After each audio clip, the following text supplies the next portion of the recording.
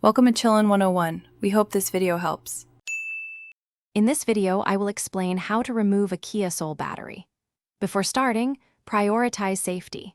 Always wear safety glasses and gloves to protect your hands and eyes. Make sure your Kia Soul is completely turned off and the parking brake is firmly engaged. This prevents accidental movement or electrical issues. Locating the negative terminal first is crucial for a safe disconnection process. Now let's disconnect the battery terminals. Grab a 10mm wrench. First, loosen the nut on the negative terminal, which is usually marked with a minus sign. Once loose, carefully remove the negative cable and ensure it doesn't touch any metal parts.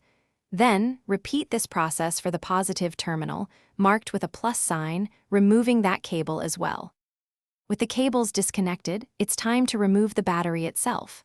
Look for the battery hold-down clamp or strap, which secures the battery in place.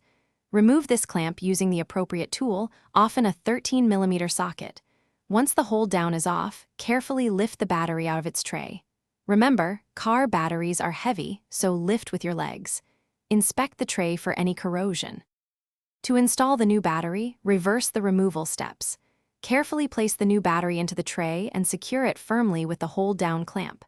Next, connect the positive terminal first, then the negative terminal, ensuring both are tight. Double-check all connections. For more great tips on managing your finances and making smart decisions, check the description for a link to a fantastic book and other helpful deals. Thanks for watching. Thanks for watching. Consider subscribing if we helped you.